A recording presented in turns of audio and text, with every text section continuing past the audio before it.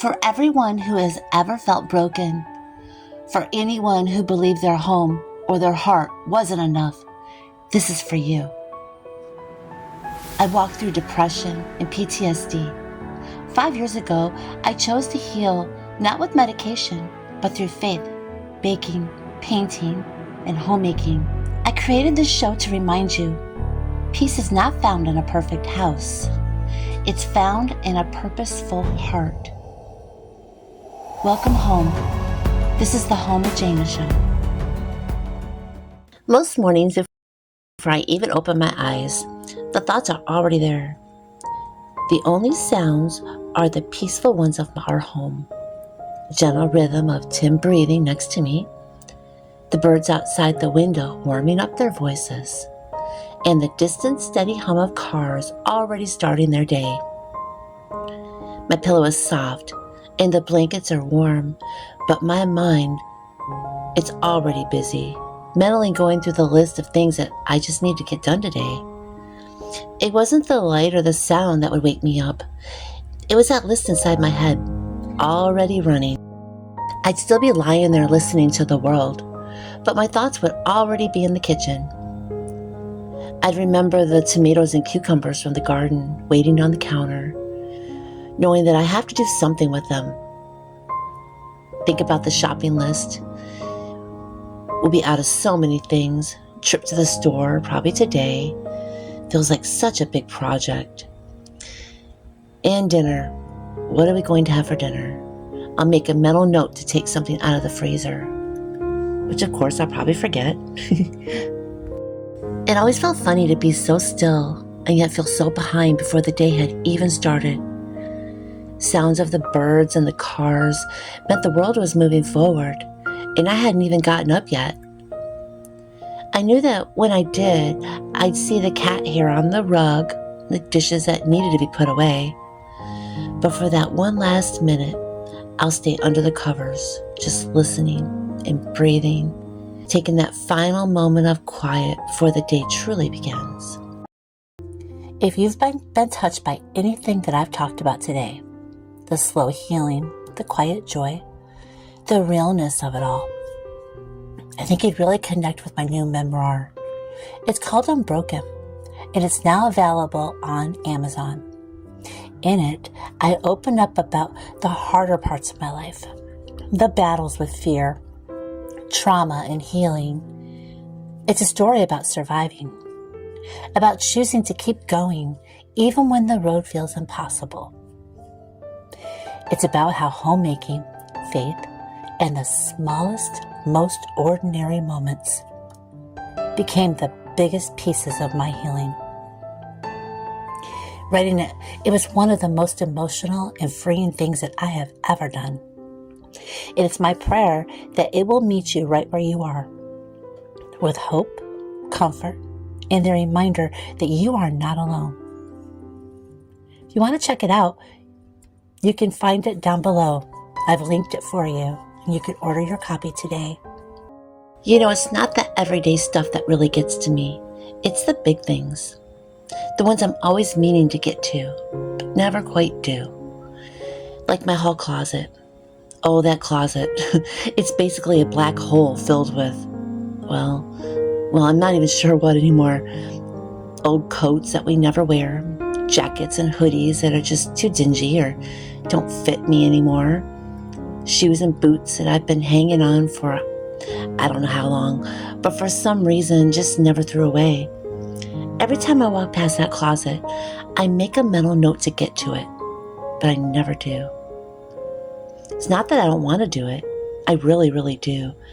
I dream about how nice it would be to open that closet door and actually find something. But thinking about actually doing it, it just makes me so tired. By the time I've finished all the other little jobs that keep this house running, making meals, washing dishes, wiping counters, I'm just all out of energy. And the idea of starting a huge project like that, it feels so overwhelming. My brain, it just says, nope, not today. So I close the hall door and I try to forget about it. But the thing is, I never really forget. I feel the weight of it, even when I'm relaxing on the couch. A tiny voice just keeps whispering in my ear, "You really should be cleaning that closet." It's a guest room that's full of junk. The scuff marks on the baseboards I keep meaning to wipe off. They're not hurting anyone, but they remind me of all the things that I haven't done. It's this feeling of being behind, like I'm never quite caught up, even on my best days. It's a quiet, heavy feeling. It just sits there. And some days, it feels heavier than others. You know that feeling, right? That first deep breath in the morning that's already crowded with thoughts of everything that needs to be done. Maybe your list doesn't look exactly like mine. Maybe yours is filled with doctor's appointments and medication schedules, or the quiet of an empty nest that somehow feels too loud. Maybe it's the constant upkeep of a house that seems to demand more than it gives back, or the mental load of keeping a busy family on track. But here's a thing I want you to know, deep in your bones. The details might be different, but the feeling is just the same. We all have that list. It's the invisible to-do list that we carry in our hearts, in our heads. The one that starts running the second we open our eyes. It's the pressure to be the one who remembers, the one who plans, the one who makes sure everyone else is fed, happy, comfortable. It's the weight of knowing that if you don't do it, it probably won't get done. It can feel so lonely, can it? Like you're the only one who sees the crumbs on the counter or remembers the laundry in the washer. It feels like you're carrying the entire well-being of your home on your own shoulders. And that's a heavy, heavy load to carry by yourself. You give and you give. You cook, you clean, you organize, you worry, until you feel completely, utterly empty. And sometimes, in the late afternoon when the light is just right and the house is finally still, you might start to feel worn thin, a little hollow, like all the giving has left a shell behind. I want you to take a breath with me. I want you to picture all of us in our own homes, all feeling this exact same way. We are a quiet team of keepers, the hearts of our homes, all doing our best, and often feel like it's just not quite enough. But it is. You are not failing. You are not alone in this. That feeling of being overwhelmed, it's not a sign that you're doing it wrong. It's a sign that you're human, that you care deeply, and that you're just carrying a lot. We all know that feeling, don't we? It's the end of the day, the last dish is put away, the final light is switched off, and you finally sink onto the couch. But instead of feeling a sense of accomplishment, you just feel empty. It's like you've poured every single drop of yourself out into your home and your people, and now there's just simply nothing left in the cup for you. You gave your energy to making the meals, to folding the laundry, to answering the questions and solving the problems. You gave your patience, your smile, your comfort. You gave and you gave because that's what you do. That's what love looks like in action. But now, in the quiet, you're left with a strange, hollow feeling. You're tired, sure, but it's more than just a need for sleep. It's a soul-deep weariness that makes you want to just sit and stare at the wall. Because even thinking about what you need, it just feels like way too much work. And the sneakiest part of it all, that little voice that reminds you it's not even really done. Sure, today's list might be checked off, but you know with absolute certainty that tomorrow has its own list already waiting. The sun's going to come up. There will be breakfast to make, new messes to clean. The work is a river that never stops flowing. You can stand in it and bail water all day long, but the current, it just keeps coming.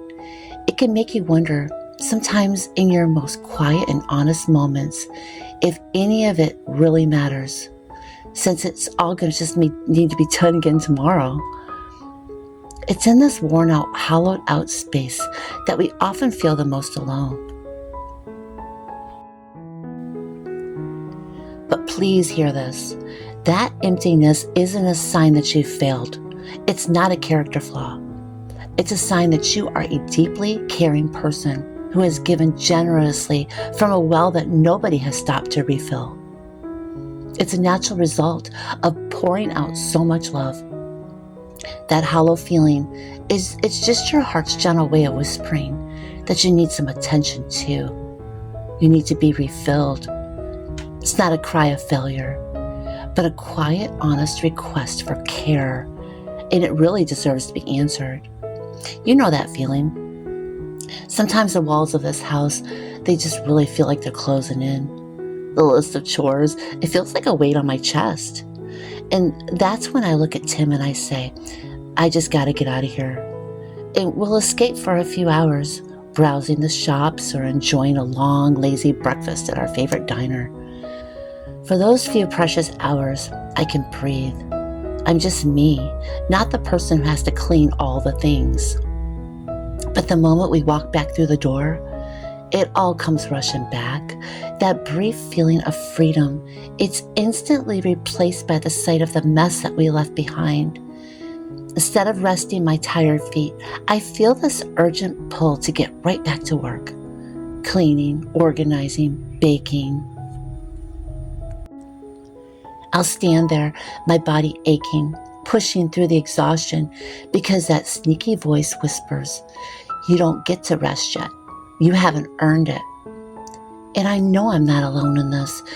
Maybe your version isn't about being home all day. Maybe you're one of the amazing ones who works all day outside the home. You give your energy to your job, dealing with customers, deadlines, and the stress of the world. And then you come home and a second shift awaits. There's dinner to make, kids to help, house that needs attention. The moment you step inside, the weight of it all lands on your shoulders. And the idea of sitting down feels impossible. You might even feel like you don't deserve to rest because the work here isn't done. But can I tell you something? That feeling, it's a liar. Whether you've been home all day or working outside the home, your tiredness is real and it is valid. Your need for rest is not a sign of failure. It's proof of your hard work.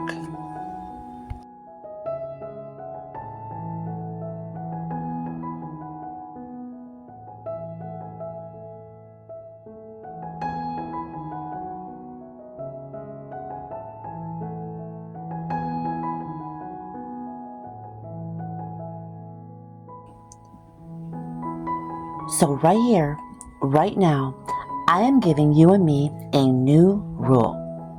Let's make a promise to ourselves. When you walk through that door, whether it's from a day at the office or from running errands, you give yourself 20 minutes. Just 20. Don't look at the mail. Don't start the dishes. Instead, kick off your shoes. Put the coffee on. Sit in your favorite chair. Set a timer on your phone if you have to, and just be. Let your body remember what it feels like to not be in motion. Let your mind unwind from the day. Those chores have been waiting all day. They can wait 20 more minutes for a you who feels a little more like a person and a little less like a machine. You are doing enough. You are given enough. You are allowed to transition from one job to the next by giving your soul a moment of quiet. That 20 minutes, it's not lazy. It's love. It's the most important thing that you can do to refill your own cup so you have something left to give. You are worth those 20 minutes. I promise. Thank you so much for spending this time with me today. It means more than you could ever know. If this spoke to your heart, I would love it if you'd subscribe and be part of this cozy little corner of encouragement that we're building here together. Until then, may your home be filled with peace, your heart with grace, and your days with gentle reminders that you are enough. and I'll see you next time.